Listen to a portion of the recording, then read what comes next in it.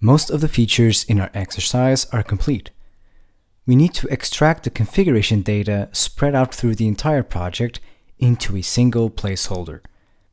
To do this, we're going to resort to YAML and ERB, as you will see right next.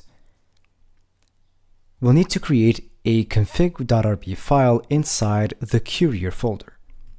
This is going to be the place in our project that will handle all of the configuration data. In this file, I'm going to define the Courier module and inside the config module. This is going to be a module because later at a point of the execution, we are going to want to resort to courier config.load. This is what we want to do. In order to have this signature available, we're going to need to define a module method using self.load. This wouldn't be enough because the load method, as you see here, behaves the exact same way as a class. If this were to be a class, then the load method is assumed to be a class method. Since this is a module, we'll just apply the same principle here. Use self.load to accomplish it. Now the load method will reach to a file in our folder structure. I assume it will be in the home directory, acting as a standard user configuration file, such as a vimrc or a kitconfig file. We'll do the exact same procedure.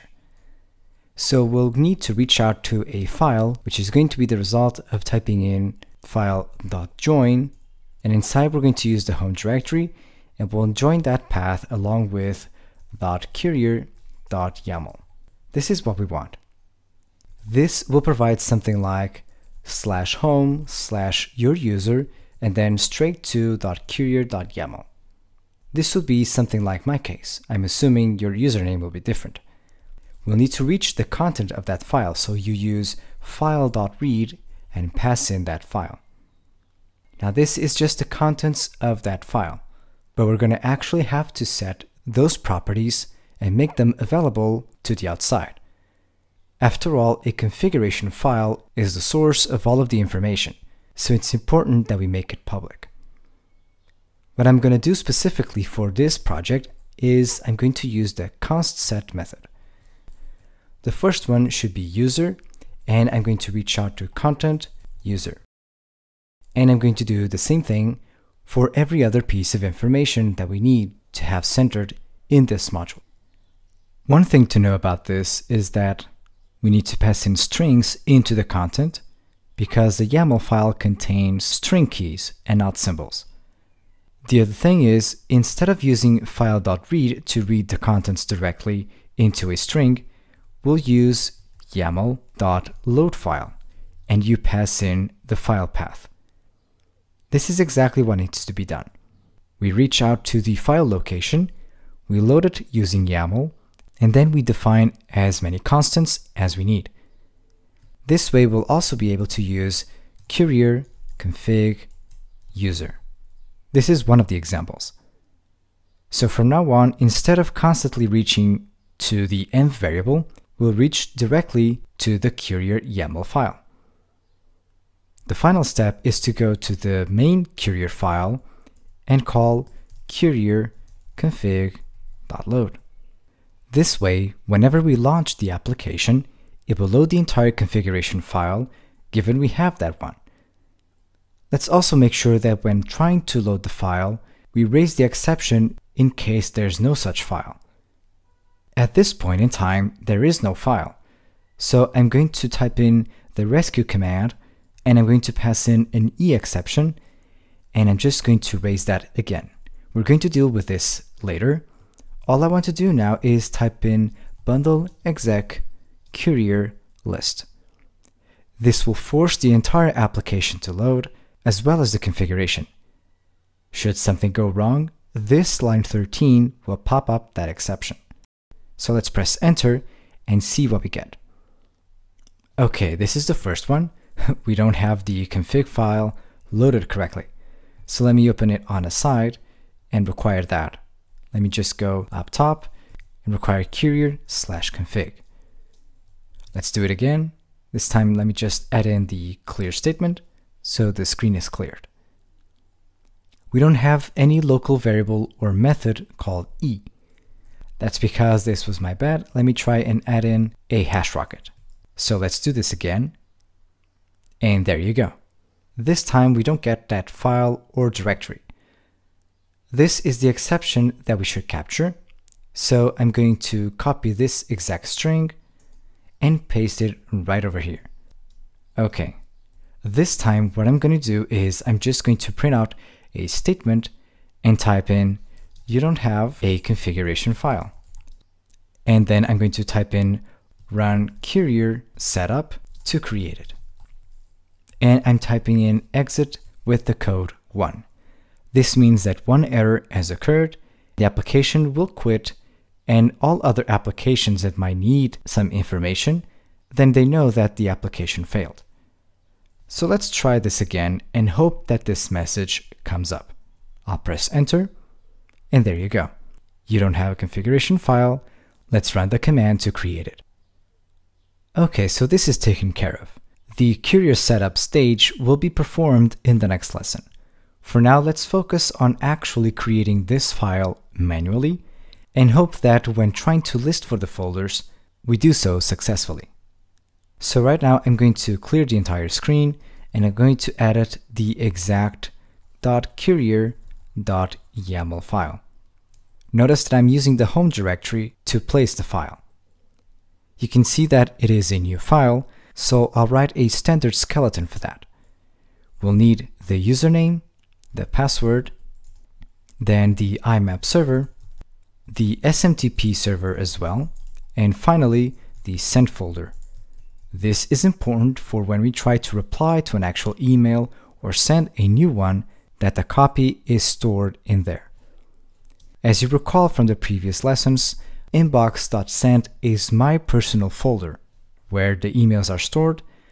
Then I'm also going to use the tuts+ at my local domain to store my username. The remaining information I'm going to keep it aside, but should you be using something like Gmail, you would use something like imap.gmail.com, not here, but in the IMAP server, and the smtp.gmail.com for the SMTP server. I have saved the file and deleted the buffer. Now I can go ahead and clear the screen and run the courier list command again. Notice how we get a connection refused. This is because we still haven't used the data that we stored in that file. Also, and because I've used a new terminal window between recordings, the data that was used in the environment variable has been wiped out. This is the perfect opportunity for us to put in this new fresh data. Let's go to the list folders service class, and I'm going to go to line 26, for example, and I'll use config user. I'll do the same thing for this string, and I'm also going to introduce the new password. This is a great way to deal with this kind of information. It is also a great technique for us to allow the user to specify their own data without messing with the actual code. From my understanding, it seems that everything is dealt with. There's no other piece of information that needs to be changed. So let me just double check if this works. Most likely it won't, because we also need to fix the fetch email service. So let's take a look at the stack trace. You can see that the execute method in the list folder service is being called. We are inside the connect method, and then we're going to go to the new command. Let's look it up. So the connect method here and the new connection here. Something is clearly wrong, so let's just go ahead and require pry and register a simple binding.pry call. I'm going to go and run this again and see where we stand. Let me just go to config and see the actual module, and you can see that it exists. I'm going to check the value of user, and you can see that it is correct. But this is not the actual information that we need. We need the actual IMAP server. So this is totally wrong. I'm going to go and select the IMAP server variable inside. Now I'm going to go and run this command again. Let me just leave this and you can see that the connection is still refused. If we pay close attention, this is a different error, simply because we are already reaching to the fetch email service. We haven't touched this class yet, so let's just do that now. Let me go to the fetch email service and see what we should do. In line 26, we'll need to replace this all over again. So let's type in config IMAP server here as well. Then we'll change this to config user and also config password. This should be good to go. Let's type in the courier list command again. And there you go. It works now. Reducing the size of the font, you can see the entire list of folders with the respective tables on the email's information. So that's great. We've managed to successfully extract the information on configuration, such as server settings, username and password, and also the sent folder. All we need to do now is look through each of the different instances of env. So let me just type in that using the act command. And for each one of the occurrences, we're going to replace that information with the one we should be using. So I'll replace this with config SMTP server, the following ones with the respective information. And there you go. It seems everything is covered. Let me just close this once again, and most likely it is. We are using instance variables for the purpose, so we don't repeat ourselves. So that's it on extracting configuration. We have successfully tackled the challenge of extracting sensitive data into one specific file. It was a good thing that we decided to do good design in the first place.